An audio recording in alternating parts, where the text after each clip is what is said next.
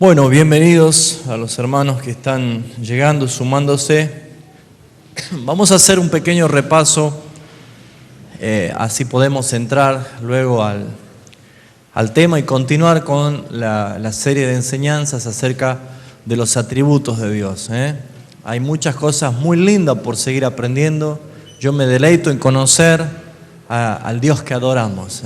Y cuando uno conoce conforme a la Escritura, uno siente no tan solo ese placer, ese deleite de saber cuál es el Dios que adoramos, sino que tenemos una convicción que no se va a mover nunca, cuando uno conoce verdaderamente al Señor. Entonces, hablar de ese Dios tan grande, tan santo, un Dios puro, en verdad necesitamos nosotros empezar a escudriñar la palabra para conocer cómo Dios se ha manifestado, cómo Dios se ha dado a conocer, cómo Él se ha revelado, ¿sí?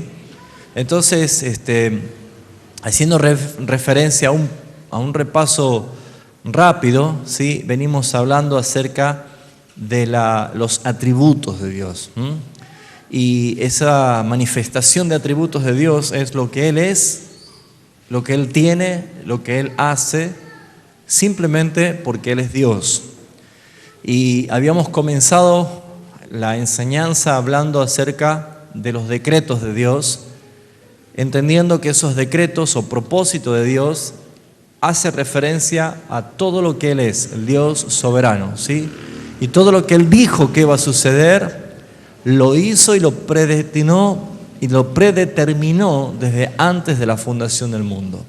Por eso es un Dios de presciencia, es un Dios que establece todas las cosas antes que el mundo fuese hecho. Entonces, podríamos llegar a entender por qué el apóstol Pedro dijo que fuimos escogidos para obedecer.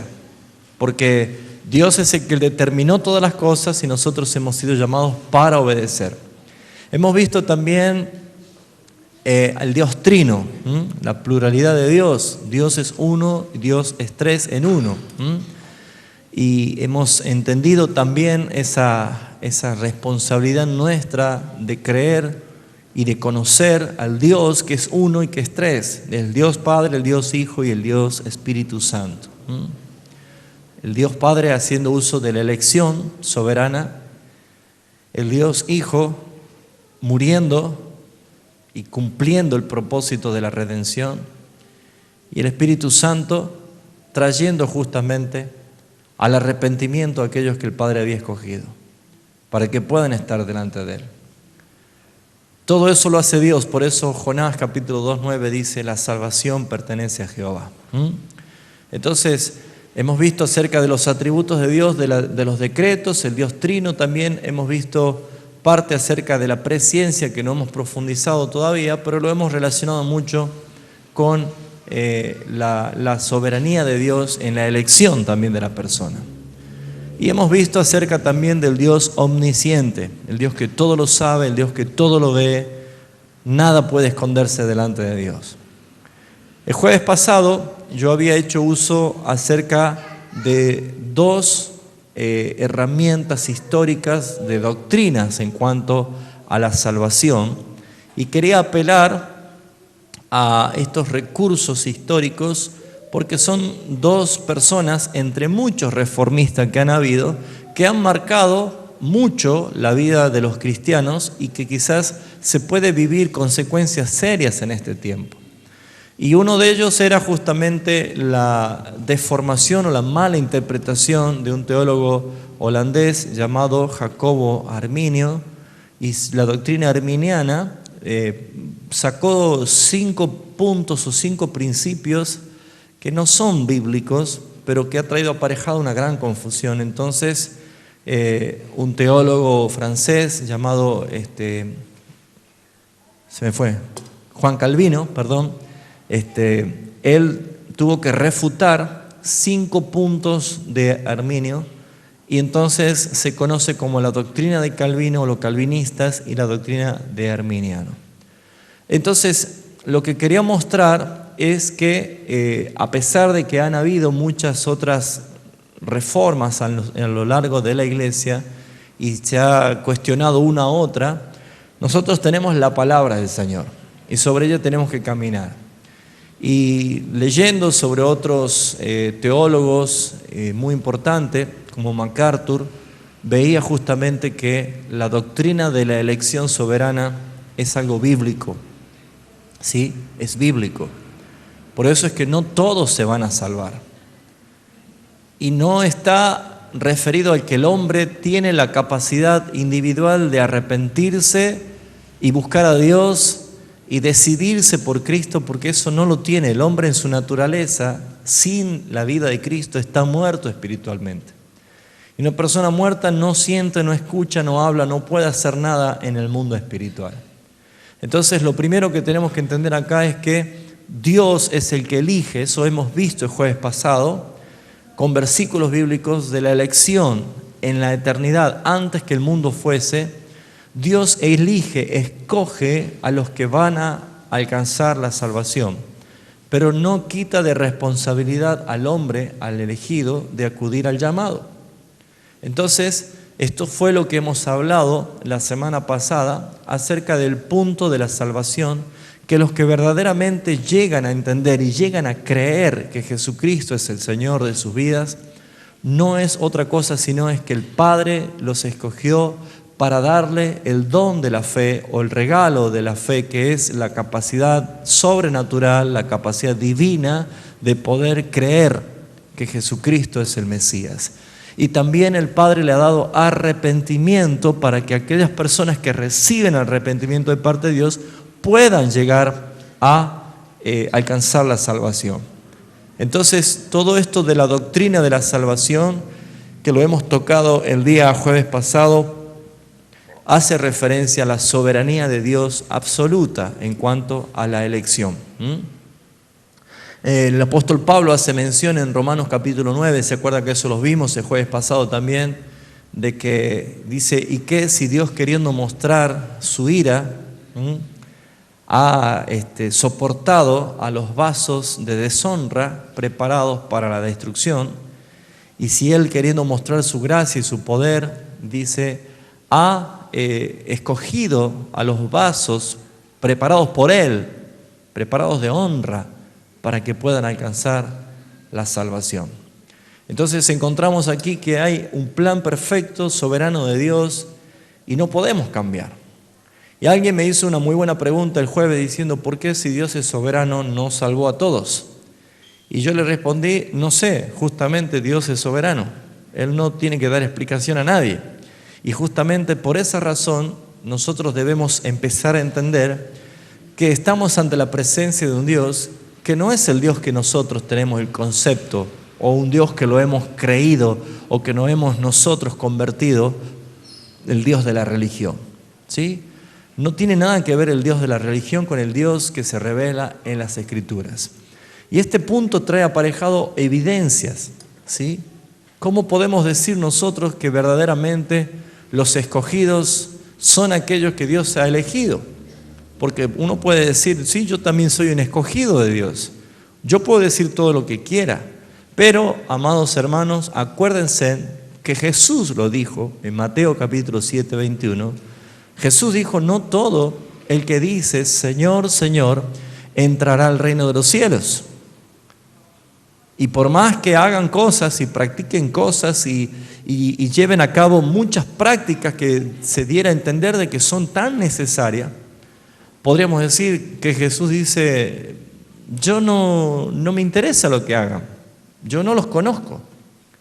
Y esa palabra conocer, habíamos hablado el jueves pasado, de que no es el hecho de conocer a alguien porque alguien me lo presentó, sino que es el término original de la expresión de amor. Conocer es amar, es entregarse a favor de alguien. Y el apóstol Pablo deja muy claro esto en Romanos capítulo 8, del versículo 29 en adelante, cuando dice, a los que antes conoció, a estos también los predestinó. Y hay algunos conceptos errados, por ahí uno escucha algunos mensajes que suenan muy convincentes, pero cuando son fuera de la Escritura, son herejías, y por más que sean personas muy reconocidas que las prediquen, no podemos caer en la confusión de pensar de que Dios predestinó o escogió porque Él vio de que en algún momento nosotros íbamos a llegar a creer en Él, o que nosotros íbamos a poder arrepentirnos y confesar que Él es el Señor. Eso no es así, hermano. Ninguno de nosotros tenía la posibilidad de ser salvos. Todos hemos nacido condenados, ¿sabían ustedes? Porque el pecado de uno trajo la condenación y la muerte de todos. Y como uno era el que había introducido el pecado en el mundo, y dice Pablo que por un solo pecado, ¿usted se da cuenta que usted y yo hemos pecado más que Adán? Adán por un pecado quedó condenado. ¿Y nosotros cuántos pecados tenemos en nuestra propia naturaleza? Entonces fíjense ustedes que por un solo hombre entró el pecado del mundo, por un solo hombre tenía que venir la vida. Entonces Dios no podía enviar a un ángel, a un querubín, a un serafín que venga a morir por nosotros, porque si era un hombre el que murió, el que trajo el pecado, la paga de ese pecado la tenía que pagar un hombre. Y Dios se hizo hombre. Y ese hombre perfecto en Dios, nacido de mujer y nacido del Espíritu Santo, era el Cordero perfecto, porque no podía ser tampoco cualquier hombre. Tenía que ser un hombre que tenga divinidad, 100% Dios y 100% hombre. Y por eso es que nosotros empezamos a ver en la figura de Cristo el verdadero Cordero de Dios, provisto para la propiciación, para la redención, para el perdón de nuestros pecados. Cuando empezamos a entender esto, yo no sé qué es lo que usted siente o cómo vive usted esta realidad, pero en verdad a mí me conmueve tremendamente y me hace sentir lo que quizás sintió en algún momento David cuando dijo él: ¿qué es el hombre para que te acuerdes de él? Cuando él vio su miseria y su condición deplorable, depravada delante de los ojos de Dios, él llegó a decir: ¿qué es el hombre? Lamentablemente, en pleno siglo XXI que nos toca vivir, el hombre llegó a pensar que es merecedor de la salvación y tomó atributos muy peligrosos que son muy relacionados con las mismas evidencias que Satanás tuvo en el día de la rebelión, cuando él dijo: subiré al cielo y sobre las alturas levantaré mi trono y sobre las estrellas pondré mi trono a los lados del norte y me sentaré y seré semejante al Altísimo. Fíjense ustedes de que esas palabras o esas 5 afirmaciones que Satanás o Lucifer expresó como un deseo de alcanzar algo que no le correspondía, es el mismo deseo que el hombre de hoy tiene y que quiere usar el nombre de nuestro Señor para alcanzar algo que Él no lo ha llamado. Entonces esta noche quiero hablarle acerca de la soberanía de Dios, pero ya no en la salvación, sino en la evidencia de la salvación. La soberanía de Dios en la evidencia de la salvación es en lo que Él ha dado a los escogidos. Dios le ha dado algo a los elegidos. Y fíjense ustedes de que si nosotros podemos decir cómo es el tema de que Dios ha provisto para que los elegidos lleguen a alcanzar justamente por obediencia el cumplir el propósito eterno de Dios. Queda muy claro lo que dice el apóstol Pablo y me gustaría que lo volvamos a leer para comenzar lo que quiero compartir esta noche. Romanos capítulo 3, vamos a ir primeramente al versículo 10. Esto debe quedar claro esta noche para todos nosotros, hermanos. Esto no debe haber ninguna duda para ninguno, para que ninguno se confunda, y si el Espíritu Santo le trae convicción en esta noche, pueda estar transformado por el Señor a través del arrepentimiento y a través del cambio, ¿sí? Hay muchas cosas que yo mismo me he dado cuenta por medio de la revelación del Espíritu Santo y la convicción de que hay cosas que estaba haciendo mal. Y si yo insistía por querer hacer lo que yo creía, iba a estar dando coces contra el aguijón, iba a estar luchando contra Dios.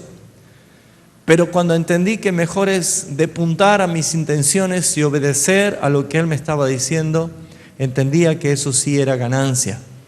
Entonces yo le invito, hermano, que esta noche usted también pueda tener la apertura en su espíritu para que pueda tener testimonio del Espíritu Santo de Dios. Cuando me refiero a esto es que usted pueda escuchar atentamente y que si el Espíritu de Dios quiere hacer lo mismo que hizo con Lidia, que le abrió su corazón para que esté atenta a lo que la palabra decía, seguramente usted va a tener una transformación esta noche. Lo primero que tenemos que ver es esto. Romanos capítulo 3, versículo 10 dice lo siguiente: como está escrito, no hay justo ni aún uno, no hay quien entienda, no hay quien busque a Dios, todos se desviaron, a una se hicieron inútiles, y no hay quien haga lo bueno, no hay ni siquiera uno. Esto debe quedar en este momento impregnado en la convicción de su espíritu, porque lo está leyendo la Escritura y porque tiene que convencerse de tal manera que esta noche usted aniquile en sus pensamientos todo pensamiento que usted cree que puede hacer algo que a Dios le agrade. ¿Se entiende? ¿Por qué? Porque Dios no va a utilizar nada de nuestra naturaleza para hacer lo que Él quiere. Cuando Él escoge, lo que hace es transformarnos, vaciarnos de todo lo que había en nuestra vida. Aún hasta lo bueno que parecía para nosotros, Dios lo tiene que eliminar a través del lavamiento de la preciosa sangre de Jesucristo, de tal manera que uno quede como un odre nuevo. Cuando uno pasa o vive esa transformación de ser una nueva criatura, se cumple lo que dice el versículo de Pablo de 2 Corintios 5:17, de modo que si alguno está en Cristo, ¿qué sucede? Es nueva criatura. Y las cosas viejas, dice, pasaron y a partir de ahora todas son hechas nuevas.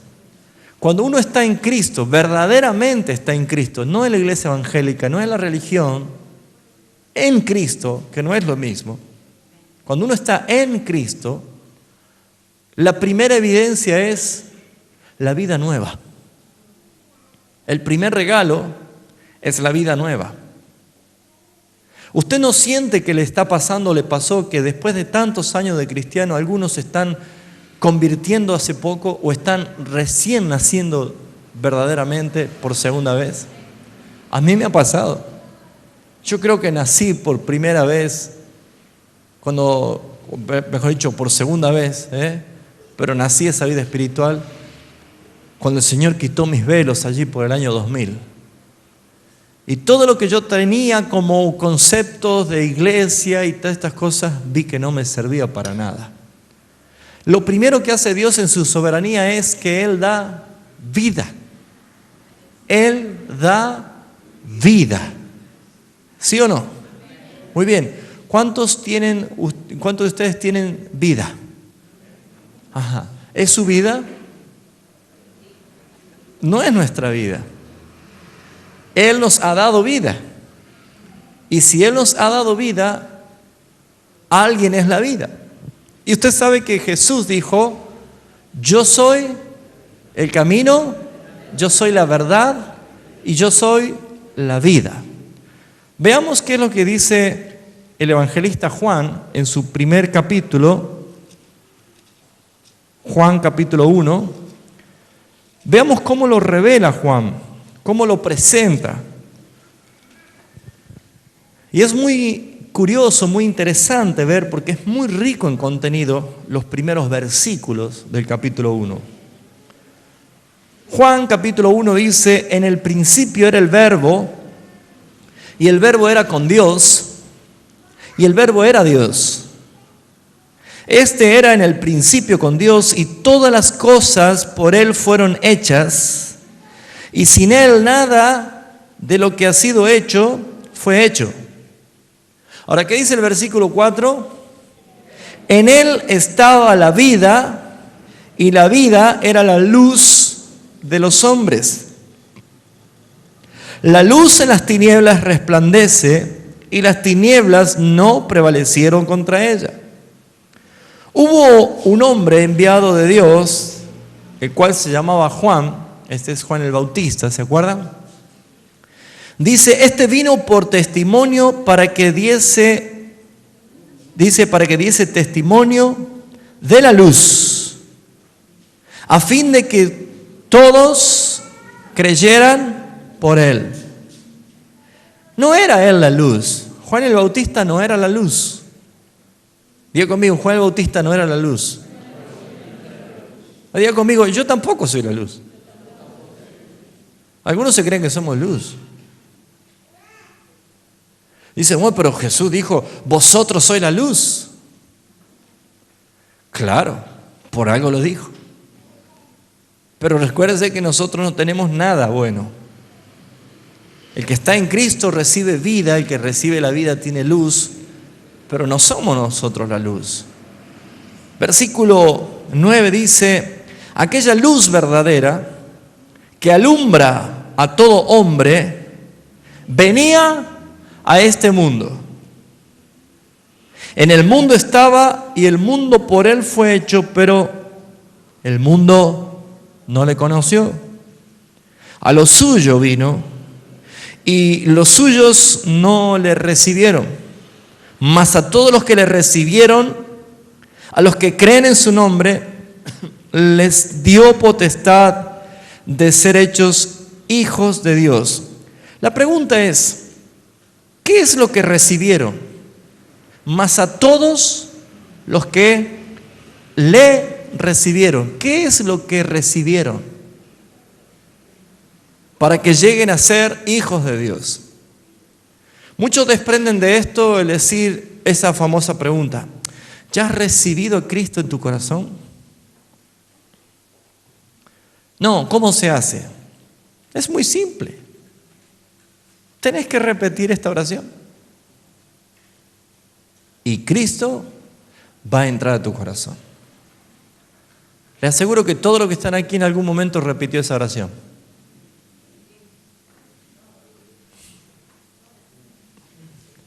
Y algunos que dudaban todos los domingos repetían la oración. ¿Sí o no? Y cada vez que había un llamado al altar, pasaban al frente. Hasta que alguien le dijo, no puede recibir a Cristo todos los domingos. Lo que recibimos de Él, al recibir a Él, recibimos vida. Juan en su primera carta también dice, el que tiene el Hijo, ¿qué tiene? Tiene la vida. El que no tiene al Hijo, no tiene la vida. Pregunta, ¿la vida del Hijo en una persona es incompleta? Veamos qué dice Pablo en Colosenses capítulo 2, versículo 9. Quiere decir que nuestra vida es inservible para el Señor, de tal manera que Él vino a darnos su vida. Al Padre le interesa la vida del Hijo en nosotros, no le interesa nuestra vida. Colosenses capítulo 2, versículo 9, dice el apóstol Pablo, porque en Él, haciendo referencia a Cristo, porque en Él habita, ¿qué cosa? Dice, porque en Él habita corporalmente toda la plenitud de la deidad. Fíjense ustedes que dice, porque en Él habita corporalmente. ¿Qué hace referencia a la palabra corporal? ¿De dónde viene? De cuerpo. Pero Jesús ya estaba glorificado acá. Ya no era Jesús de Nazaret. Y Pablo menciona en presente. En Él habita, ¿sí? Corporalmente. Toda la plenitud de la deidad. Y añade, y vosotros estáis completos en Él. Y aquí identifica algo, que Él es ¿qué cosa? La cabeza. ¿De qué? De todo principado y toda potestad. Identifica un cuerpo y Él se da a conocer como una cabeza. Cuando hablamos de que la plenitud de la deidad habita en el cuerpo de Él, y Él es la cabeza de ese cuerpo, ya está hablando aquí de la iglesia. Pero qué terrible es tratar de ver la evidencia de la iglesia del siglo XXI como si fuera el cuerpo de Cristo. Porque si la iglesia que se evidencia como la iglesia de Cristo del siglo XXI vive como vive y se dice cuerpo de Cristo, yo no quiero estar en ese cuerpo. Pero sin embargo, hay algo que debemos entender. En la soberanía de Dios va claramente identificado la función de cada miembro del cuerpo de Cristo. Por lo tanto, aquí encontramos nosotros esto, que lo primero que hace el Padre es dar la vida. Cuando uno tiene la vida, tiene la capacidad de ¿qué? De creer. Cuando uno tiene la vida, cuando uno es engendrado por el Padre, puede creer, puede tener la fe de Dios. ¿Me está entendiendo? No es que yo recibo la fe y la convicción para creer y después tengo vida, porque un muerto no puede creer. Lo primero que necesita es tener vida. Y cuando viene la vida del Hijo de Dios a nuestro espíritu, ¿sabe qué es lo que hace? Lo vivifica, lo resucita, le da vida. Y una persona en Cristo comienza a vivir una nueva vida. Pregunta, ¿usted ya conoce su nueva vida? Yo todavía no la conozco. Estoy conociendo algo de esa nueva vida. ¿Me está entendiendo lo que le digo? ¿Tengo vida eterna? Claro. ¿Tengo la vida del eterno en mí? Sí lo tengo. ¿Pero la conozco ya? Cuando alguien nace, comienza a tener evidencia de vida. Jesús le decía a Nicodemo, si no naces de nuevo, no puedes ver el reino de Dios. Para ver, necesito estar vivo. Por lo tanto, si nosotros vemos que Pablo dice claramente que la plenitud de la deidad está en el cuerpo de Cristo y Él es la cabeza de ese cuerpo, la cabeza de todo principado, de toda potestad, que Él es la autoridad suprema, eso se llama supremacía de Cristo. Y aquí empezamos a ver que la soberanía del Señor es evidente en los escogidos haciendo lo que Él quiere.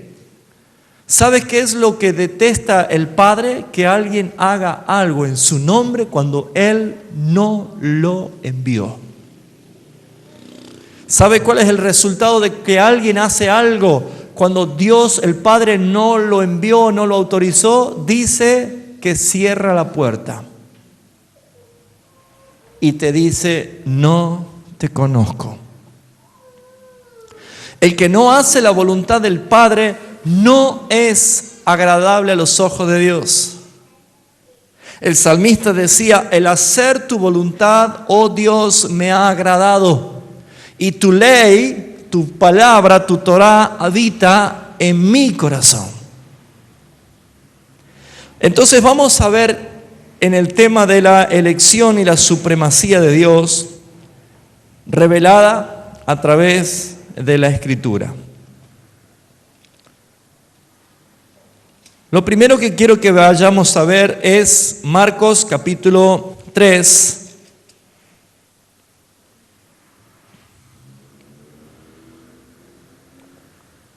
Marcos capítulo 3, versículo 13. Aquí vemos nosotros que dice la elección de los 12 apóstoles.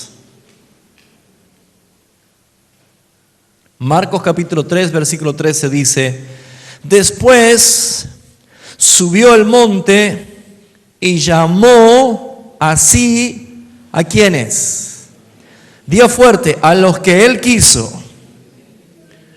Aquí vemos soberanía en la elección.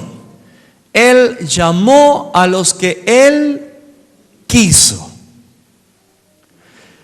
Hay una serie de confusiones dentro de la organización que se llama iglesia y especialmente vista de la manera institucional, porque muchos toman papeles ministeriales que no han sido llamados por el Señor.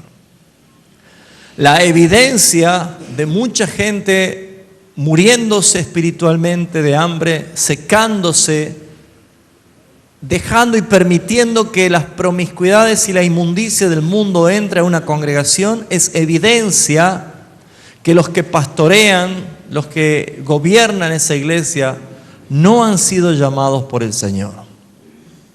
¿Me está entendiendo? Hay mucha gente que dice, yo he sido llamado por el Señor.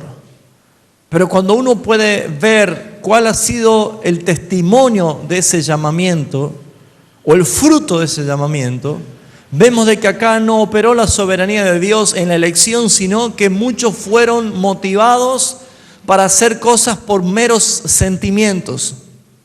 Yo siento de parte del Señor que tengo que abrir una iglesia. Yo siento de parte del Señor que tengo que ser misionero. Yo siento de parte... Cuando alguien siente, ya está en problemas. Los llamamientos son soberanos y por lo general lo que hace el Señor es escoger en elección santa. Pero lo hace simplemente, ¿por qué? Porque hubo una elección en la eternidad.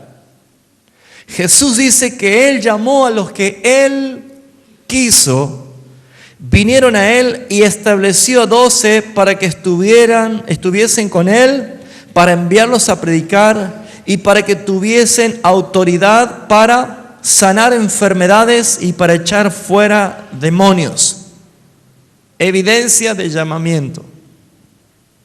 Si nosotros podemos darnos cuenta acerca de esta evidencia, vamos a ver que Jesús siempre se movió así y vamos a ver por qué Jesús escogía a Él y por qué actuaba de esta manera. Juan capítulo 5, versículo 19. Dice Jesús, Juan capítulo 5, versículo 19. Dice, respondió entonces Jesús y les dijo, de cierto os digo, no puede el Hijo hacer nada por sí mismo, sino lo que ve hacer al Padre. Porque todo lo que el Padre hace, también lo hace el Hijo igualmente. Porque el Padre ama al Hijo y le muestra todas las cosas que Él hace, y mayores obras que ésta le mostrará, de modo que vosotros os maravilléis. Fíjense en ustedes lo que Jesús revela acá. Jesús dice, yo no hago nada por mí mismo, no lo hago por emociones, no lo hago por sentimiento, no lo hago porque yo quería hacerlo. Todo lo que hago, lo hago porque veo al Padre hacer, el Padre me ama y el Padre muestra a su Hijo para que haga tal cual lo que Él quiere. Jesús demostró durante todo su ministerio que Él estaba sujeto a la voluntad de su Padre. Y la hora más crucial de su vida en Getsemaní oró diciendo, Padre, si es posible, aparta de mí esta copa, pero no sea hecho como yo quiero, sino como tú quieres. Y si Jesús, el Hijo de Dios, mostró obediencia a la voluntad soberana del Padre, ¿cuál es la vida que usted tiene si usted vive en permanente rebelión a la voluntad del Padre? Vamos a ver lo que dice Pablo en Gálatas capítulo 4 para poder contestar esta pregunta. Gálatas capítulo 4 dice el versículo 6. Por cuanto sois hijos, Dios envió a vuestros corazones el Espíritu de su Hijo, el cual clama, Abba, Padre. Fíjense ustedes que comienza acá diciendo Pablo, por cuanto sois hijos, Dios envió a vuestros corazones el Espíritu de su Hijo, el cual clama, Abba, Padre. Así que ya no eres esclavo, sino hijo, y si hijo, también heredero de Dios por medio de Cristo. Todo esto debemos entender que viene de la soberanía de Dios, a quienes Él quiso escoger, a quienes Él los llamó. Y también vemos nosotros que Jesús, cuando Él los eligió, el mismo capítulo más abajo, el versículo 10 dice, y le dio instrucciones. Y acá empezamos a ver que Dios actúa en forma soberana, y me atrevo a decir silenciosamente, sobre la vida de los escogidos. ¿Por qué? Porque ninguna persona puede hacer la voluntad del Padre si no es por el Espíritu del Hijo que está en él. Entonces, ¿qué hemos empezado diciendo? De que debemos aniquilar de nuestros pensamientos que en mí hay algo bueno que puede utilizarlo el Padre. No hay nada bueno. No hay nada. Dios te escogió como un vaso para ser vaso de honra, para que Él derrame de su vida, de su espíritu. Y cuando viene Cristo a la vida de una persona que ha sido llamada, lo primero que tiene es la vida en plenitud del Señor, que se manifiesta a través de los regalos que el Espíritu Santo le ha dado. ¿Cuál es la evidencia de un hijo de Dios? ¿Cuál es la evidencia de la iglesia de Cristo? Dice el apóstol Pablo en su primera carta a los Corintios, capítulo 12, que hay algo acerca de algo que hace el Señor en su soberanía: los dones espirituales. Los dones espirituales no son académicos, no es para estudiar o para practicarlos para llegar a ser. Los dones espirituales son regalos de Dios a una persona que carecía totalmente de la oportunidad de hacer algo favorable a Dios. Es un regalo que no lo merecíamos. La palabra don significa regalo, favor. Y fíjense ustedes que dice el capítulo 12 de Primera de Corintios, desde el versículo 1 en adelante, dice: no quiero, hermanos, que ignoréis acerca de los dones espirituales. Sabéis que cuando erais gentiles se os extraviaba llevándolos como se lleva a los ídolos mudos, pero por tanto os hago saber que nadie que hable por el Espíritu de Dios llama anatema o maldito a Jesús.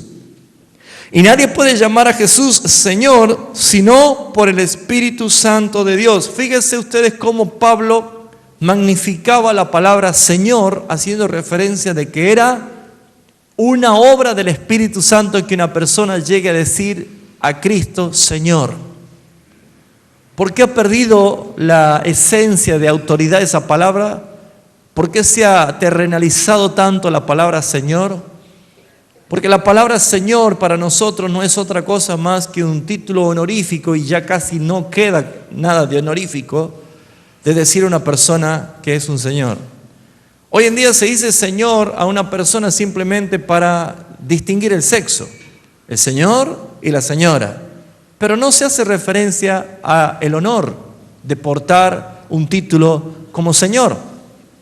Pero para ese entonces la palabra Señor, traducida en el griego como kurios o kyrios, hacía referencia al amo absoluto, al dueño absoluto, al jefe soberano, a la supremacía que tenía alguien sobre lo demás. En ese entonces, cuando alguien era considerado como un César, como un emperador, se le llamaban kurios, porque eran llamados señores. Y más se los llamaba señores por la cantidad de tierras que poseían y por el dominio que ejercían. Entonces eran llamados señores. Pero cuando Pablo dice, nadie puede llamar Señor a Cristo si no es por el Espíritu Santo, es entendiendo verdaderamente que Él no es dueño de una parcela o de unas cuantas hectáreas, es el dueño del universo y el dueño de tu vida y el dueño del pasado, el dueño del presente y el dueño del futuro. La supremacía de Dios es algo ignorado por la iglesia del siglo XXI. Por eso es que la gente de hoy en día se atreve a decir, a hacer y a pensar o a hablar lo que se le antoja y no conforme a las Escrituras, y esa es la provocación más fuerte y más grande que está sucediendo en este tiempo, el tiempo final. Porque la iglesia ha dejado de vivir por los dones espirituales, puesto que no puede vivir ninguna expresión de dones espirituales simplemente porque no reconoce a Cristo como Señor.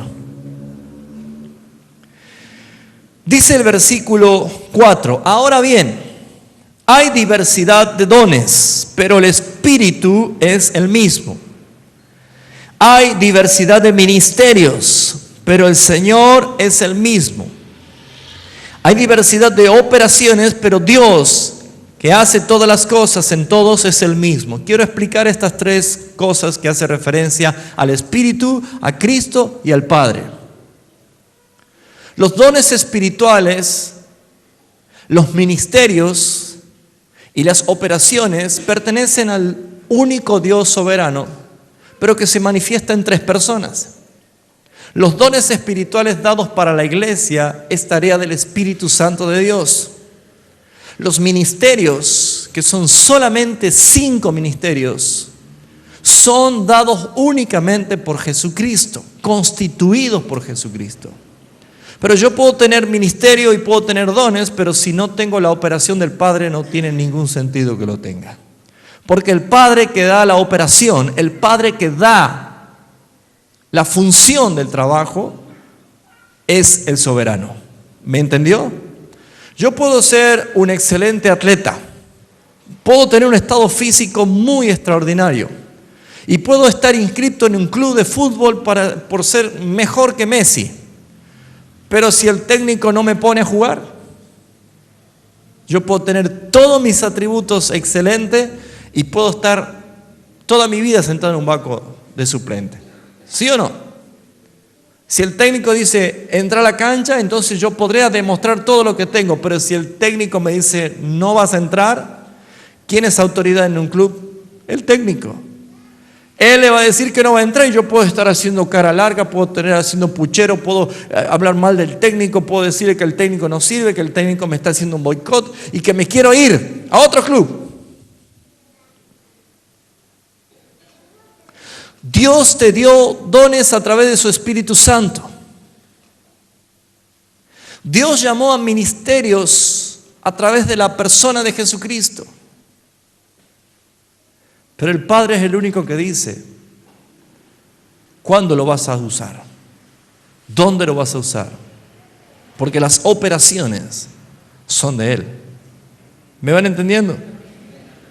Soberanía. Pregunta. Jesús, cuando vino a esta tierra, a este mundo, encarnado en la persona de Jesucristo, naciendo como Jesús de Nazaret, ¿cuántos años esperó? ¿Cuántos años estuvo hasta que comenzó con su ministerio poderoso? 30 años. Si usted fuera el que maneja las operaciones, usted antes de que Jesús sepa decir papá y mamá, ya lo ponía a predicar. Si era por nosotros, ¿no es cierto? Si Él era el Hijo de Dios. Pero el Padre determinó el tiempo. ¿Cómo? Ya los maestros querían sacarle más enseñanza, ¿no? Pero Pablo dice en Gálatas capítulo 4, dice que nada difiere el heredero del esclavo aunque sea señor de todo, sino que todo está bajo tutores y curadores hasta el tiempo señalado por el Padre. Jesús comenzó su ministerio y Él vino y dijo, la hora ha llegado. Y se abrió los cielos y el Padre dijo, tú eres mi hijo amado, en ti tengo complacencia. Le estaba diciendo, ha llegado el momento.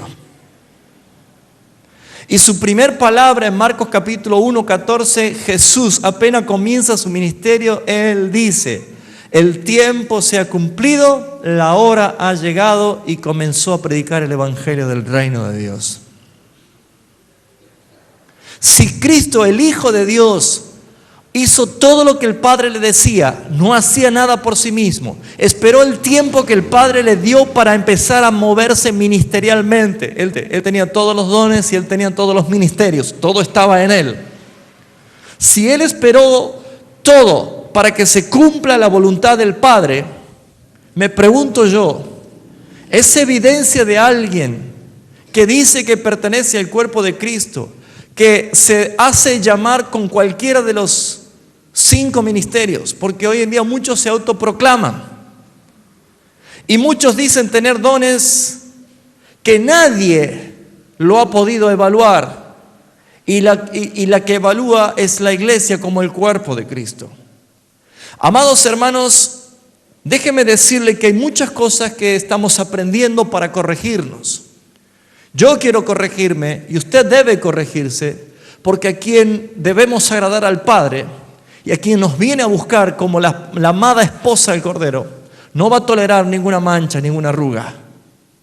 Entonces, amados hermanos, probablemente cada vez que vamos profundizando más y conociendo al Dios que adoramos, a nuestra alma se irrite, se enoje, se moleste, pero saben, hermanos, si eso es lo que toma protagonismo y no el Espíritu en obediencia, es porque nunca ha sido regenerado por el Espíritu Santo de Dios, porque no ha sido transformado, porque no ha sido convertido, o probablemente no es un escogido del Señor. Porque hay muchas cosas que yo me estoy dando cuenta, y me estoy dando cuenta cada vez que estoy estudiando la palabra de Dios y tengo la responsabilidad y la obligación de enseñársela a usted.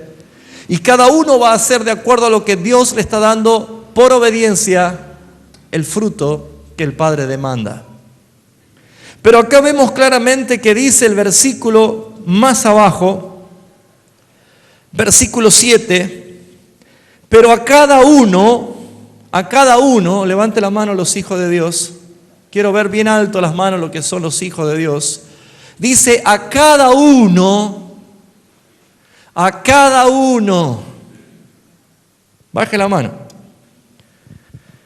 le es dada la manifestación del Espíritu. ¿Para qué? Para soberbia, ¿sí dice? Para orgullo. ¿Para qué? ¿Para qué más? Para vanagloria. Sigamos enumerando, porque eso lo vemos cotidianamente. ¿Para qué más? Para autopromoción, para pisar en la cabeza al otro hermano. No es para esto. Pregunta, ¿pasa todo lo que mencioné recién actualmente en lo que se dice iglesia?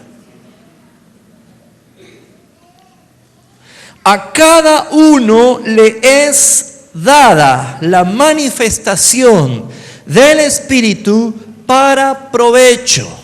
Escuche, la manifestación del Espíritu no es dones, es el Espíritu gobernando. ¿Me entendió? Todavía no habla de dones aquí, habla de la manifestación del Espíritu. Usted tiene, cada uno de ustedes, la manifestación del Espíritu para provecho, pero si usted contrista al Espíritu Santo, usted no va a ser provechoso de Él. Va a sufrir la consecuencia de su carne. Por eso dice que todos los que son guiados por el Espíritu Santo de Dios, estos son hijos de Dios. Romanos 8:14. Fíjese lo que dice el versículo 8. Porque a este es dada por el Espíritu la palabra de sabiduría. A otro, palabra de ciencia según el mismo Espíritu. Y acá comienza a hablar de los dones, ¿no? ¿Sabe cuándo se van a ver los dones funcionando en este ministerio? Cuando cada uno individualmente le deje lugar al gobierno del Espíritu Santo Y cuando nos juntemos congregacionalmente como un cuerpo, el Espíritu Santo va a manifestar su soberanía y la obra de la operación que el Padre le permite dar. ¿Sabe por qué mucha gente en todo lugar se ha llenado de espectadores? Porque la gente no busca el gobierno del Señor. Y Pablo dijo, el Espíritu es el Señor. Y donde está el Espíritu del Señor, allí hay libertad. Fíjese, versículo 9. A otros fe por el mismo Espíritu, a otros dones de sanidades por el mismo Espíritu. ¿Ve que hace referencia todo al mismo Espíritu? Ahora, uno va a pensar esto y quiero aclarar esto, ¿sí? Voy a usar el ejemplo de este aparatito. Cuando uno entiende de que Dios me ha dado un don, ¿sí? No es como se conoce el juego ese del aldón pirulero, que cada cual atiende su juego. Ahí es muy cerquita la palabra, pero no es así. Es como que si yo le doy a Eduardo el teléfono, ¿sí? Es para que él se comunique conmigo y con nosotros y podamos estar en comunión. Pero si Eduardo recibe el teléfono y él se pone a hablar con medio mundo y habla con todo el mundo y está mandando asterisco Susana.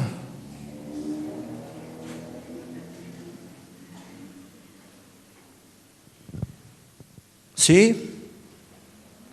Mandá asterisco tanto. Yo le regalé algo a él, pero si él lo usa para uso personal, individual, no tiene provecho de edificación de cuerpo. Vemos por qué resalta permanentemente por el mismo Espíritu, por el mismo Espíritu. Todos reciben don o dones diferentes, cada uno por el mismo Espíritu. Quiere decir que cuando el Espíritu Santo se manifiesta, utiliza el don que te ha dado. Porque en mí no hay nada bueno. Si yo soy un excelente cantante y cantaba en el mundo, cantaba guarachas, cantaba merengue, reggaetón, todas esas cosas, ¿no? Y me convierto. El Señor cambia mi vida. Y el Señor me da un don. Y ya vamos a ver, como Él quiso, como Él quiere. Y justo me da a mí el don de la exhortación. Y yo vengo a la iglesia y quiero decir, hermano, vamos a cantar reggaetón para Cristo.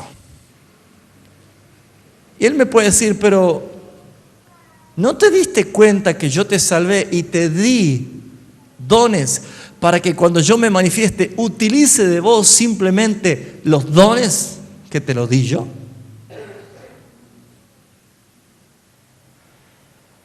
Por eso habrán visto que se convierte en un famoso y ya lo ponen a cantar.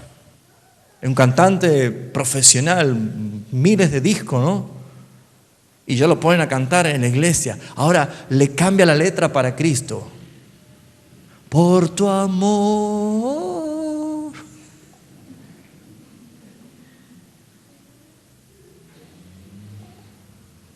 ¿Estoy loco o estoy diciendo la verdad? ¿A Dios le sirve lo que hacía antes? Pregunta, ¿a Dios le sirve lo que hacía antes? No le sirve nada. ¿Qué es lo único que Dios va a utilizar de tu vida? Lo que el Espíritu te ha dado para edificación de los santos. ¿Vamos bien? Fíjese lo que dice el versículo 10. A otros el hacer milagros, a otros profecía, a otros discernimiento de espíritu, a otros diversos géneros de lenguas y a otro interpretación de lenguas. Leamos fuerte el versículo 11, por favor. Pero todas estas cosas las hace uno y el mismo Espíritu, repartiendo a cada uno en particular como Él quiere. Subraye ese versículo, hágale un globito, memorícelo. Como Él quiere. Esto se llama soberanía de Dios. El que va a predicar, predique conforme al don que Dios le ha dado. El que va a exhortar, exhorte conforme al don que le ha dado. El que va a presidir, presida conforme al don que le ha dado. ¿Y sabe qué error hemos cometido de dar lugar a todo el mundo para que no se ofenda? Hermano, yo quiero cantar una canción para la gloria de Dios.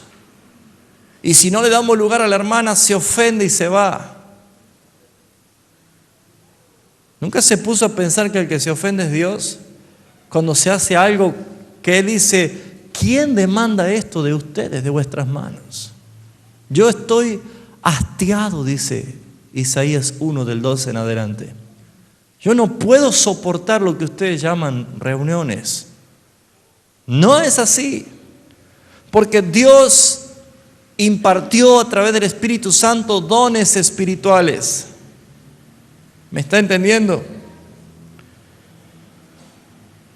Aleluya. Versículo 18 para que podamos entender.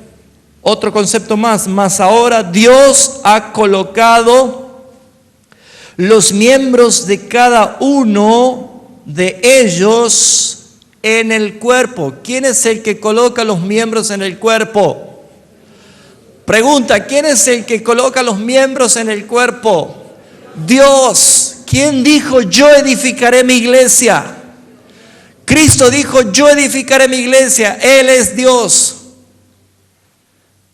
¿Quién es el que añade cada día a los que van a ser salvos a la iglesia? Es Dios. Sin embargo, estos 20 siglos de deformación se ha hecho de la iglesia un circo romano. Se han inventado dones, se han inventado ministerios y no se respeta bajo ningún concepto las operaciones del Padre. Cada uno dice y hace lo que se le antoja. Entiendo por qué Pablo decía que muchos no podrán soportar la sana doctrina y tendrán comezón de huir. De este ministerio ya han empezado a huir. Gloria sea al Señor, porque la iglesia es de Él.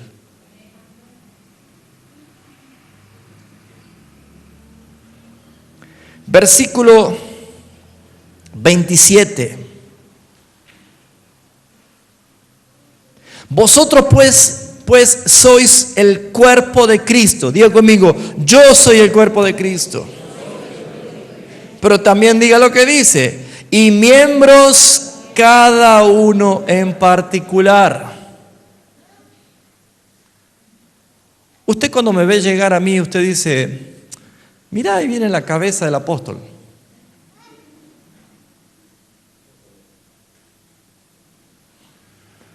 Usted dice, ahí viene el cuerpo de Raúl. O dice, ahí viene Raúl.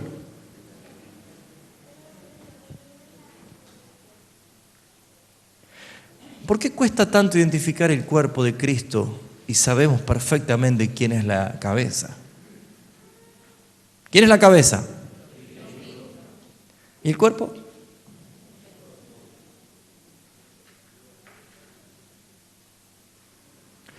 Porque subamos 2 versículos más. Versículo 26. De manera que si un miembro padece, todos los miembros se alegran porque ese miembro está padeciendo. ¿Cómo dice tu Biblia? ¿Y por qué otros se gozan de la desgracia de otro?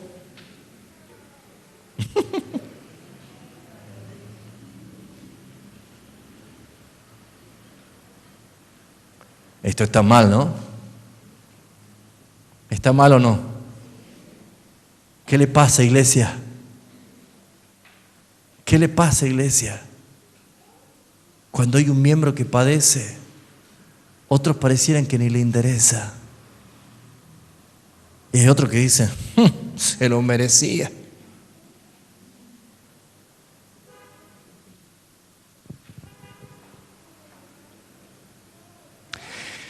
Dice, cuando un miembro padece, todos los miembros se duelen con él. Y si un miembro recibe honra, todos los miembros lo envidian. Se carcomen de envidia.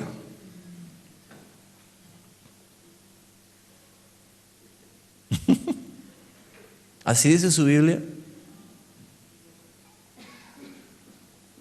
Usted sabe que no fue nada fácil para el apóstol Pablo después que se convirtió, fue transformado de Saulo de Tarso a Pablo, el apóstol, ¿no? Porque él dice, yo cuando recibí esto del Señor no subí ni siquiera a consultar a los que eran apóstoles antes que yo, sino que por orden del Señor me fui directamente a llevar el evangelio a los gentiles. Y ustedes saben que no había ningún clima bueno entre los apóstoles y Pablo.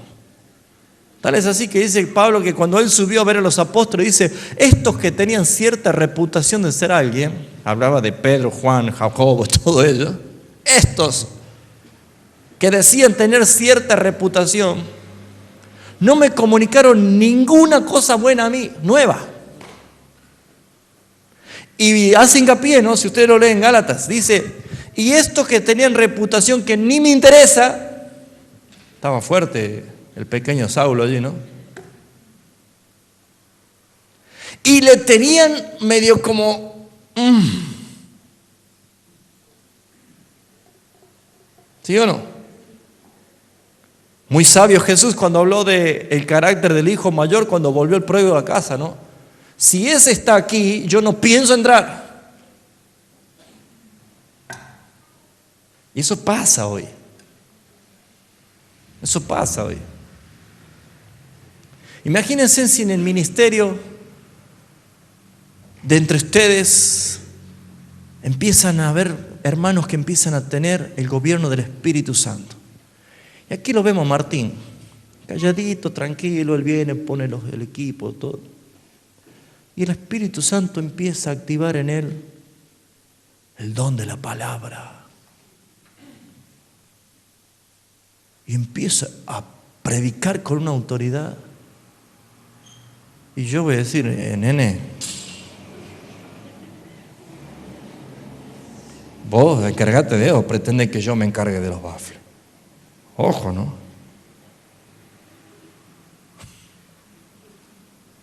¿Sabe que eso pasa?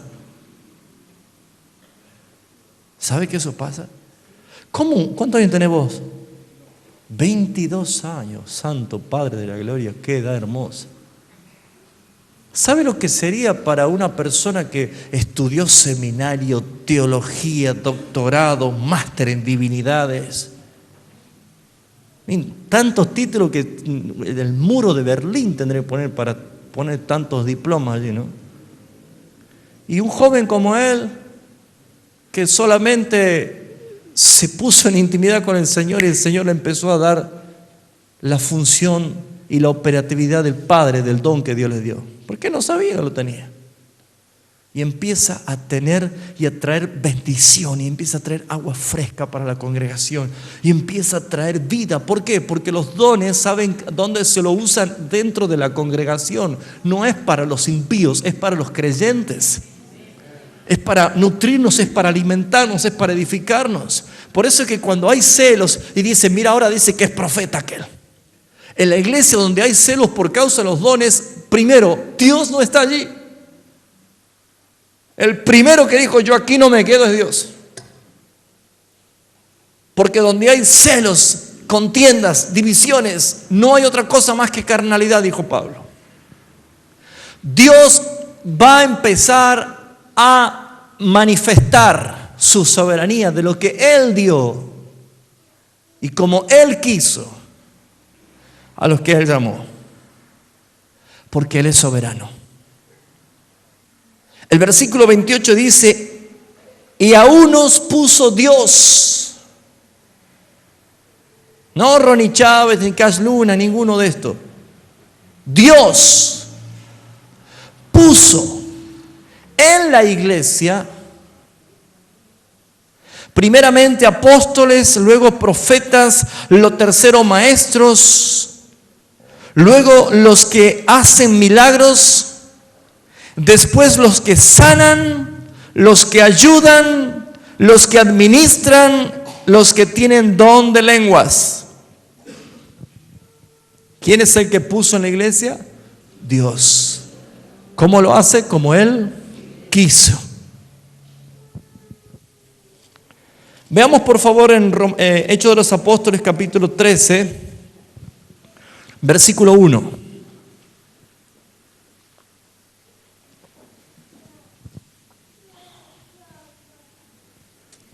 ¿Cuánto están recibiendo enseñanza?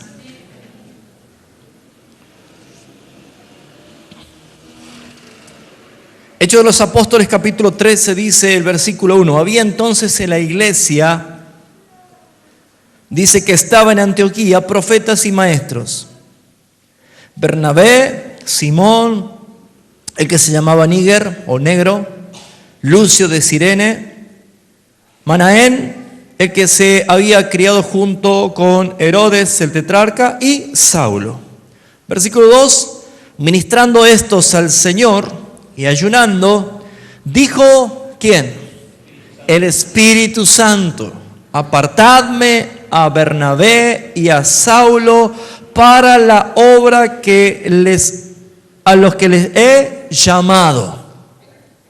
El Espíritu Santo dice, quiero que me aparten a estas dos personas para la obra que yo les he encomendado, los he llamado. Capítulo 9 del versículo 15 de Hechos de los Apóstoles. ¿Se acuerda cuando Ananías recibió la orden de ir a orar por Saulo que estaba ciego? Hechos 9:15 dice así: ve, le dijo el Señor a Ananías, ve, porque instrumento escogido me es este, para llevar mi nombre en presencia de los gentiles y de los reyes y de los hijos de Israel. Otra evidencia más es que los dones que Dios da a través del Espíritu Santo y los llamados que vienen por obra de Cristo y la operatividad del Padre para que pongan en funcionamiento es para cumplir lo que Dios ha determinado desde la eternidad que suceda. No es para hacer lo que yo quiera. Claro, como Dios me ha llamado como evangelista, me voy a evangelizar a todo el mundo. No se trata de eso. Se trata de obediencia, de hacer lo que el Padre quiere que se haga. Vamos a ir a Efesios capítulo 4. ¿Me va siguiendo, hermano?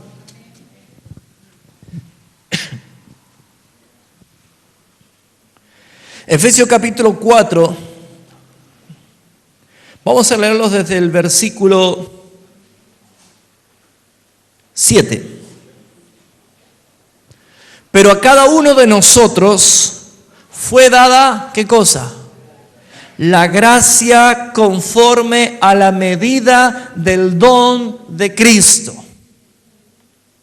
Por lo cual dice, subiendo a lo alto, llevó cautiva la cautividad y dio dones a los hombres. Los hombres escogidos sin los dones divinos de Dios no son nada. ¿Me entiende? Medite por un momento. Tómese aunque sea 30 segundos para meditar que usted, siendo escogido de Dios, Dios le ha dado un don o dones. Y por favor quiero que medite, usted tiene algo de la divinidad de Dios en usted para manifestarlo al servicio de la iglesia. ¿Puede entender que tiene usted algo divino dado por Él? En este mundo hay gente poderosa por el dinero, por la fama, por el poder, por lo que sea. Pero una persona menospreciada por este mundo puede haber sido escogido por el Señor para recibir, así sea, escuche hermano, el don del servicio, que algunos creen que es lo más bajo que hay. No se olviden que nuestro Rey vino a servir. Y el que sirve es el más grande en el reino. Pero muchos dicen, ¿qué haces en la iglesia? No, yo tengo el don de servicio. ¿Y qué haces? Empanada.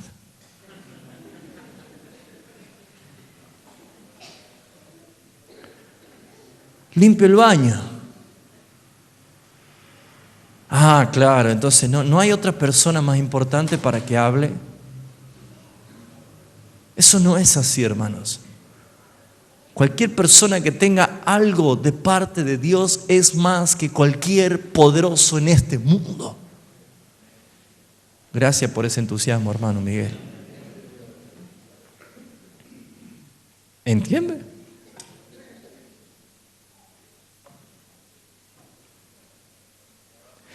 Dice el versículo 9. Por eso es que subió, y que es, sino que también había descendido primero a las partes más bajas de la tierra. El que descendió es el mismo que también subió por encima de todos los cielos para llenarlo todo. Y él mismo, cuando subió y llenó todo, él mismo constituyó a unos apóstoles, a otros profetas, a otros evangelistas, a otros pastores y maestros, a fin de ¿qué? De perfeccionar a los santos para la obra del ministerio y para la edificación del cuerpo de Cristo. Esos 5 ministerios tienen fecha de vencimiento porque dice, hasta que todos lleguemos a la unidad de la fe. ¿Saben que en el cielo no va a haber ni apóstoles, ni profetas, ni evangelistas, ni pastores, ni maestros? Porque eso no son personas, son oficios. ¿Sabe que estuve meditando mucho acerca del oficio que Dios me ha dado? Y yo no entiendo por qué a mí se me dice apóstol. Porque yo lo que hago es tarea y oficio. Pero no necesito que me estén diciendo apóstol. En algunos años más atrás enseñamos que se debía decirme apóstol. No lo entendía. Decir apóstol, decir el profeta, es otra cosa más que mencionar el oficio. El oficio del servicio. La palabra ministro significa sirviente. La palabra ministro es la palabra griega traducida diaconía. Viene la palabra diácono, que significa elegido para servir. Pero les debo confesar que me llega a agarrar náuseas de ver esos programas y cómo se mencionan estos apóstoles de la prosperidad. Y a veces uno cae en la misma bolsa. Es más, hay pastores que me han llamado y me han pedido perdón diciendo yo pensaba que usted era igual que los otros. Y saben, hermanos, en el cielo van a estar los hijos de Dios que han cumplido oficios de apóstoles, de profetas, de evangelistas, de pastores, de maestros. En el cielo van a estar los hijos de Dios que han usado los dones, herramientas poderosas para ministrar en sanidad, en profecías. Pero dice o no dice la palabra que la ciencia y la profecía y las lenguas se acabarán. Porque cuando se manifieste lo perfecto y todos pelean por el cargo, yo quiero ser apóstol, yo quiero ser profeta, yo quiero ser un siervo que sirve. Y usted debe ser un siervo que sirve. Y tenemos que ser ministros competentes de un nuevo pacto. Yo sé que voy a corregir algo muy fuerte, muy arraigado en la mentalidad del evangélico. Pero debo corregir porque a la hora de enseñar la palabra de Dios, debo enseñar la verdad. Pero saben, hermanos, Dios siempre tuvo en cuenta la participación de la mujer en los planes divinos. Por eso es que Dios, viendo la necesidad de Adán, y que era grande, vio que Adán necesitaría ayuda idónea. Y Dios pensó en una mujer para que la tarea de Adán sea sobrellevada por la ayuda idónea. Ayuda, el complemento. Dios siempre tuvo participación muy contundente a través de la historia con muchas mujeres.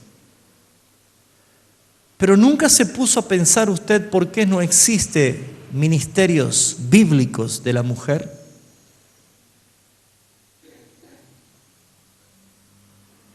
A mi esposa le decimos pastora porque es la esposa mía, pero Dios no la llamó para ser pastora.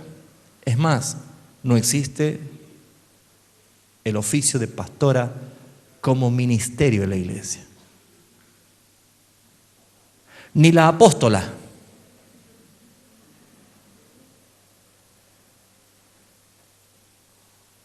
Que el matrimonio sea llamado para la tarea de apacentadores es una cosa, pero el decir que la mujer puede tener un rol ministerial bíblico, amados hermanos, tengo que decirle, no es así.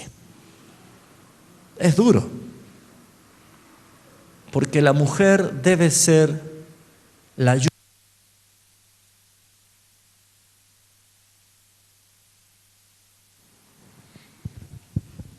¿Le llamó la atención a usted, hermano?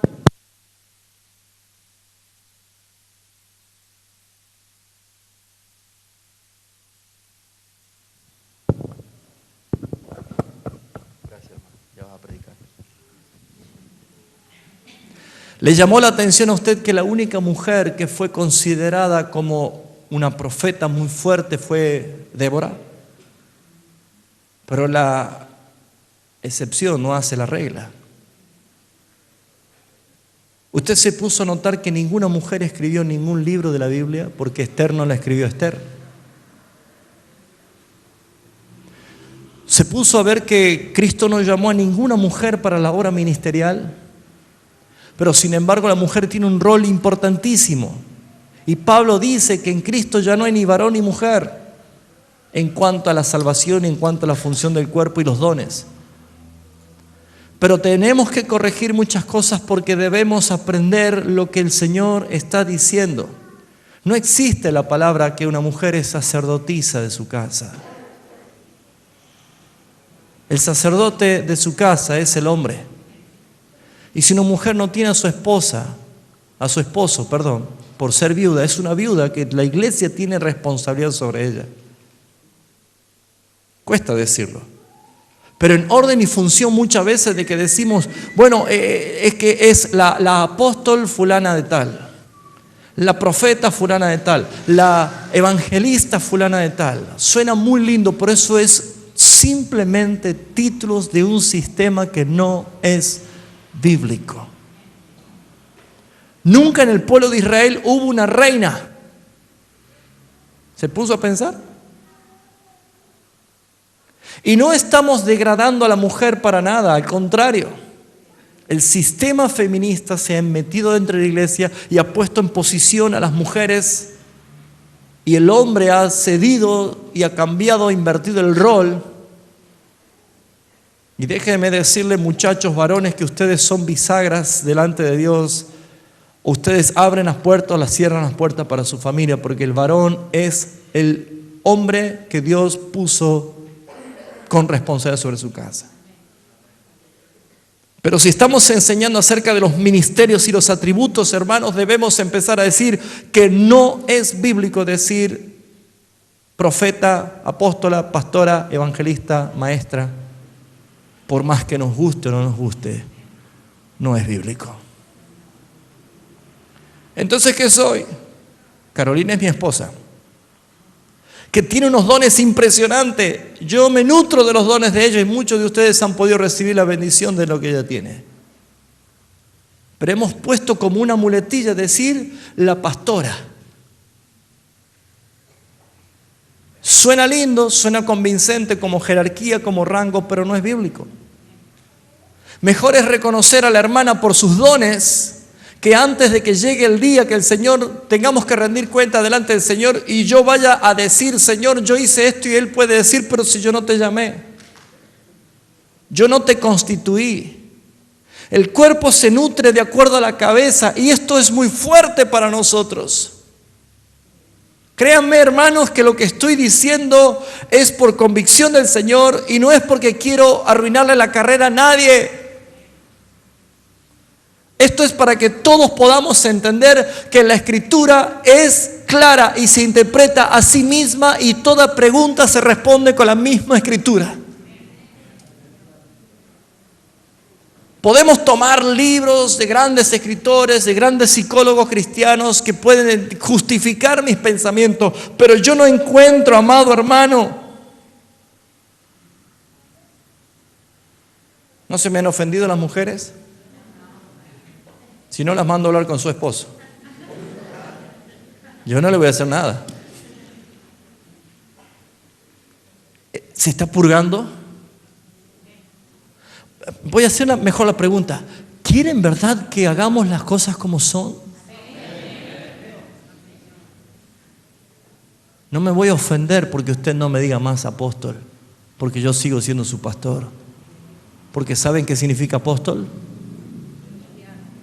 Enviado. ¿Sabe cuándo yo cumplo mi oficio apostólico? Cuando voy enviado por la iglesia.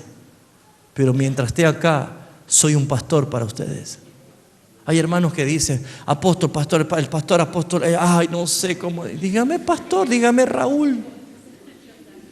No me ofende. Si mi padre me llama por mi nombre, él no me dice, apóstol Raúl, por tu nombre te hablé. Si necesitamos purgarnos de esto, por favor, podamos entender que esto nos nutre como iglesia, porque si algo le hizo mal a la iglesia es la competencia de los títulos y las chapas, hermano. Si cada uno cumple el rol de acuerdo al don que le ha dado el Señor, por favor, hermanos, conéctese en intimidad con el Espíritu Santo, porque Él le va a permitir fluir. Y déjeme decirle que para mí la mujer es muy importante, porque Dios la puso como ayuda idónea.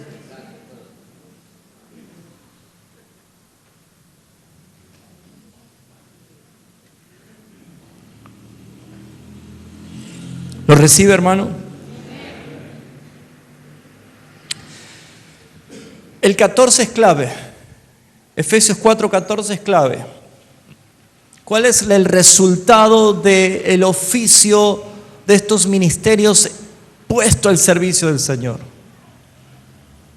Para que ya no seamos niños fluctuantes, llevados por donde quiera, por todo viento de doctrina y por estratagemas de hombre, que para engañar emplean con astucia las artimañas del error. Y estoy entendiendo esto, hermanos. No crean que yo estoy allí más arriba que ustedes. No, hermano, yo tengo la misma crisis que tiene usted. Y también por la responsabilidad y la obligación de haber sido llamado por el Señor, tengo una responsabilidad grande.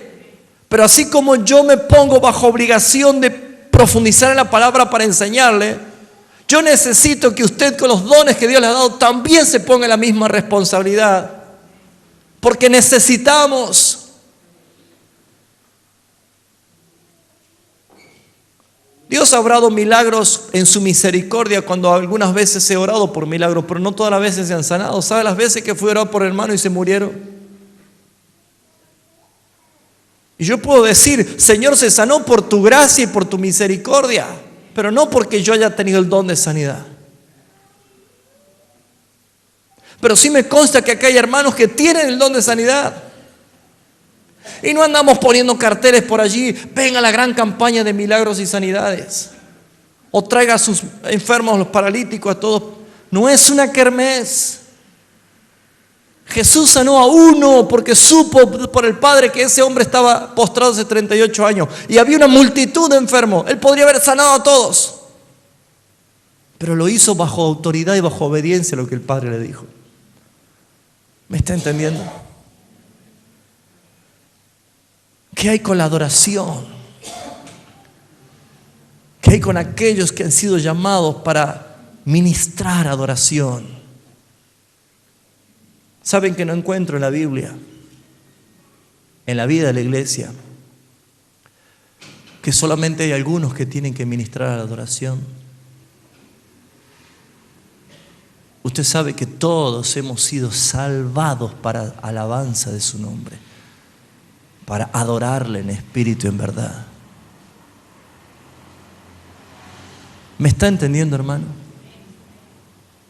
¿Sabe qué lejos estamos aún mientras tengamos butacas y un escenario? Esto no es iglesia. Nos cuesta, hermano, pero es el sistema que nos lleva a esto. Allí por el año 2004, acá hay hermanos que estaban en el año 2004, 2005. En algunos momentos el Señor nos llevó por obediencia porque estábamos descubriendo cosas nuevas.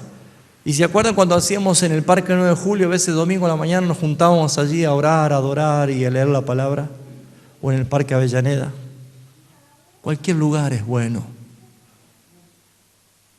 Pero eso va a ser un resultado de la obediencia y de la intimidad que usted tenga con el Señor. ¿Usted cree realmente que ha recibido dones de parte de Dios? ¿Lo está poniendo en práctica para el servicio de la iglesia? Porque yo todavía no lo sé de muchos. Y los dones son evidentes. Los ministerios, los servicios son evidentes. Y yo doy gracias al Señor por los hermanos que están dentro de ese núcleo de servidores de la iglesia. Nos cuesta horrores a todos, yo sé que nos cuesta. Pero saben, hermanos, mientras mantengamos un espíritu humilde, mientras mantengamos sencillez de corazón, mientras sea la palabra de Dios, la Escritura, el único manual y fuente de inspiración divina que tenemos que obedecer, yo sé que Dios es el que se va a encargar de hacer lo suyo, de edificar a su iglesia. ¿Me está entendiendo, hermano? Exhortación, palabra de aliento, discernimiento de espíritu. ¿Saben cómo tenemos que tener, hermanos, que tenga discernimiento de espíritu en este tiempo? Pero libres de la mística, hermanos, en obediencia y en sensibilidad al Señor. Porque cuántas cosas se hicieron que no son bíblicas por querer decir, que hay demonios por todos lados, hay que guerrear y hay que hacer esto. Hermanos, tenemos la vida de Kyrios. Ustedes no saben que todos los días estamos acosados por demonios, pero no te tocan, dice la palabra. ¿Y a quién le vas a creer? ¿Sabe a quiénes le llegan las saetas del enemigo? ¿Saben a quiénes vienen los tormentos y las opresiones? El que no permanece bajo el abrigo del Altísimo. Decisión de usted. Pero mientras usted esté bajo la cobertura del único que nos da cobertura, mientras permanezca en el abrigo del Altísimo, no hay de quién temer. Jehová es mi luz y mi salvación. ¿De quién temeré? ¿Se acuerdan? ¿De quién temeré? ¿De quién temeré? Ahora, ¿somos atacados? Claro que sí. Pablo lo dice, lucha contra fuerzas espirituales. ¿Necesitamos discernimiento? Claro que sí. Y creo en la liberación. Pero debemos estar libres de la mística, hermanos. Libres de la mística, por obediencia, por una sensibilidad gobernada por el Espíritu Santo. Hebreos 5:11 dice que aquellos que han alcanzado madurez es porque el uso de los sentidos están ejercitados en el discernimiento del bien y del mal. Pero, hermanos, hay que ejercitarlo el discernimiento. Cuando alguien llega a tu casa y no trae intención del reino de Dios, sino que viene con espíritu de destrucción, y usted se presta a escuchar, y usted se presta para compartir, usted es del mismo género. Pero usted tiene autoridad para decir, perdón, en mi casa no estás autorizado a murmurar de nadie.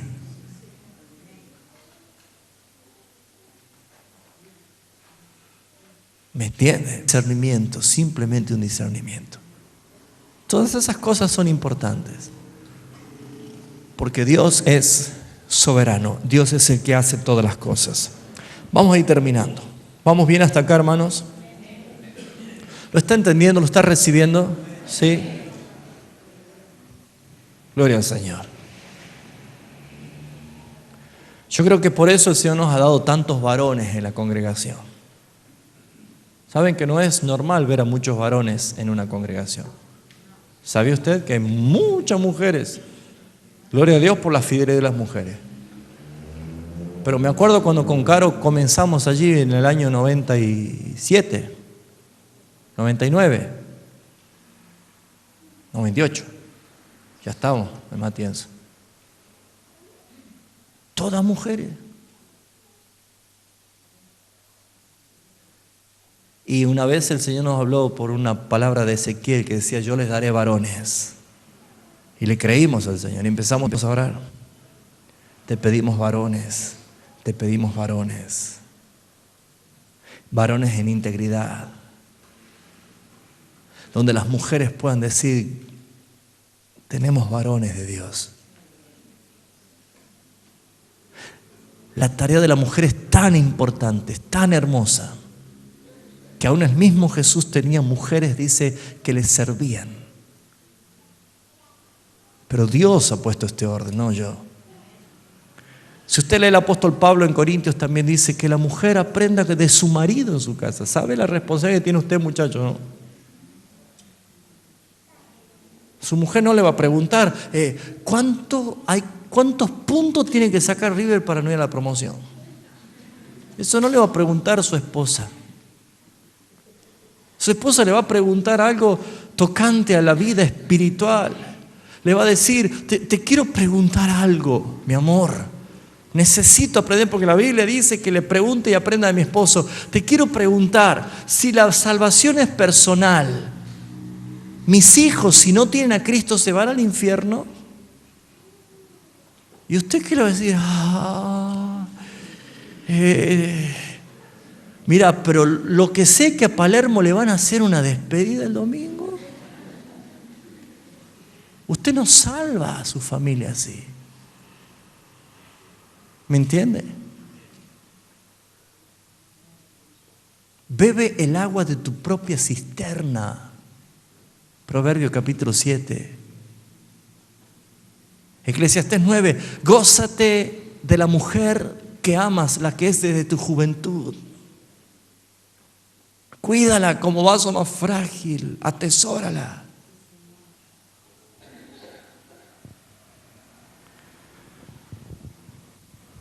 Si uno quiere una doctora, hay que pagarle el plus. Si uno quiere una mucama, hay que pagarle un sueldo. Si uno quiere una cocinera que cocine exquisito, hay que pagarle un sueldo. Si uno quiere una administradora, hay que pagarle un sueldo. Todas esas cosas las hace su esposa y no le da nada, ni siquiera le dice gracias.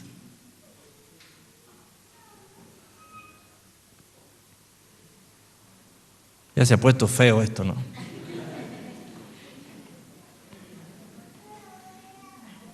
Páguele un café, cómprele un vestido, llévela al cine antes que cierren los cines.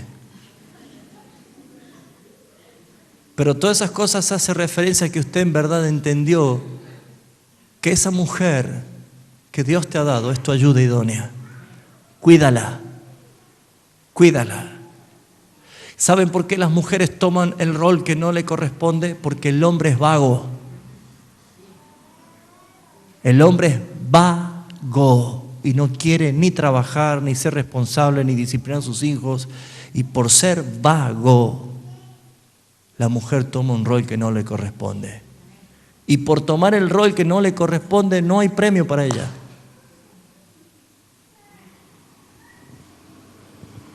¿Por qué la mujer sale intercesora?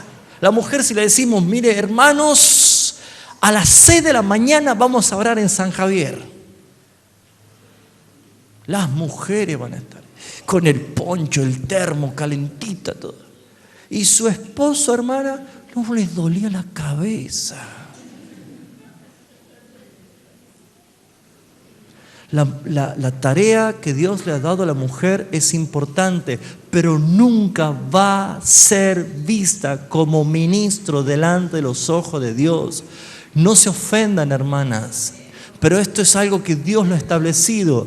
Y si no hay varones, entonces Dios es el que respalda, pero las excepciones no hacen las reglas.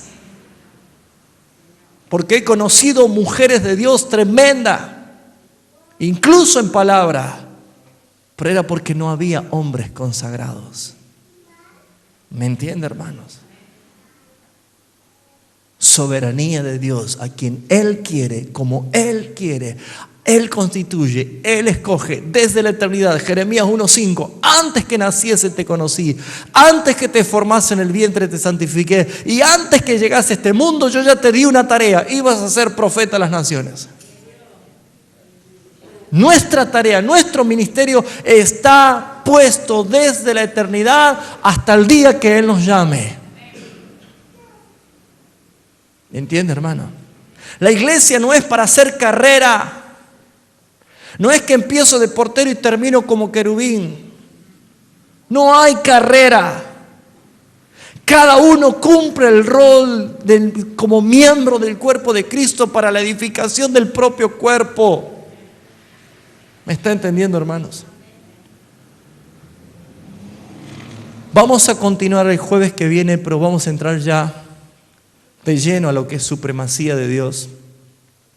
Y vamos a empezar a ver atributos de Dios muy hermosos, que lo tenemos. En cuanto a la soberanía de Dios, si tenemos que resumir todo lo que hemos hablado el jueves pasado y el anterior y el de hoy, lo único que podemos resumir es que Dios, Salmo 115:3 dice, Dios está en los cielos y todo lo que quiso hacer ha hecho. ¿Sabe qué es soberano? Lo que Él quiere hacer lo hace. ¿Alguien puede entender eso? No. ¿Podemos creer? Sí. Mejor creer. Amén. Animo a los varones a tomar el papel y el rol que Dios le ha llamado. Y comienza en su casa. El rol comienza en su casa. El rol comienza en su casa. Como padre bíblico, como esposo bíblico y como un hombre de Dios bíblico. Y su esposa, mire, va a deleitarse tremendamente. Amén. Vamos a orar. ¿Lo recibe, hermanos? ¿Quiere que cambiemos? ¿Quiere que hagamos lo que dice la palabra? ¿Quiere que obedezcamos? A veces hay que entender por qué Daniel decía, yo propuse no contaminarme con la comida de Babilonia. Anhelemos agradar al Padre. Lo que Él dijo, así será, Señor, porque Él es soberano. Padre, queremos darte gracias. Yo quiero darte toda la gloria a ti. Queremos honrar tu nombre, Señor, porque nos estás enseñando. Porque estamos en el momento justo y preciso. Y porque estamos en el tiempo indicado para recibir todo lo que tú nos estás enseñando. A mí personalmente me avergüenza delante de tus ojos haber hecho cosas erradas. Pero recibo, Señor, de ti la corrección y la disciplina porque me amas. Y por eso, Señor, es que estoy más convencido de que habrá coronas para aquellos que aman tu venida y aman tu palabra. Ayúdanos, Señor, a despertar de la apatía, del estupor, a no ser perezosos. Ayúdanos, Señor, a poner en cada uno el rol del llamamiento eterno. Yo te doy gracias, Señor, porque tu obra es perfecta, porque tú hiciste desde la eternidad lo que hoy se está cumpliendo. Y bendigo tu nombre, Señor.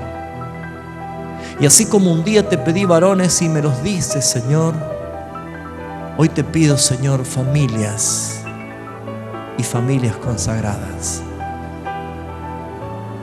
Te doy gracias por la vida de cada uno de mis hermanos. Tu nombre es santo y tu nombre es digno de toda la gloria, de toda la honra, Señor. Que incluso para los hermanos que vean este video, Señor, no sean convencidos por la enseñanza de un hombre, sino por la obra de tu Espíritu Santo, Señor. Porque el fruto del Espíritu es paz y vida. Pero el fruto de la carne es corrupción y muerte. Yo sé, Señor, que por la obediencia a ti se verá este fruto. Yo bendigo a mis pastores que me has permitido tener para edificar a la iglesia. Y bendigo a sus esposas y a sus hijos. Y sé, Señor, que en este tiempo, a medida que cada uno de nosotros tengamos mayor intensidad en la intimidad, esos dones tan preciosos que provienen de ti van a empezar a dar vida a este cuerpo, Señor. Por eso, Padre, los bendigo y bendigo tu palabra, porque antes lo hacíamos sin saberlo y hoy estamos conociéndote a ti, Señor. Toda la gloria y toda la honra y toda la alabanza sea para ti, Señor. Amén. Amén.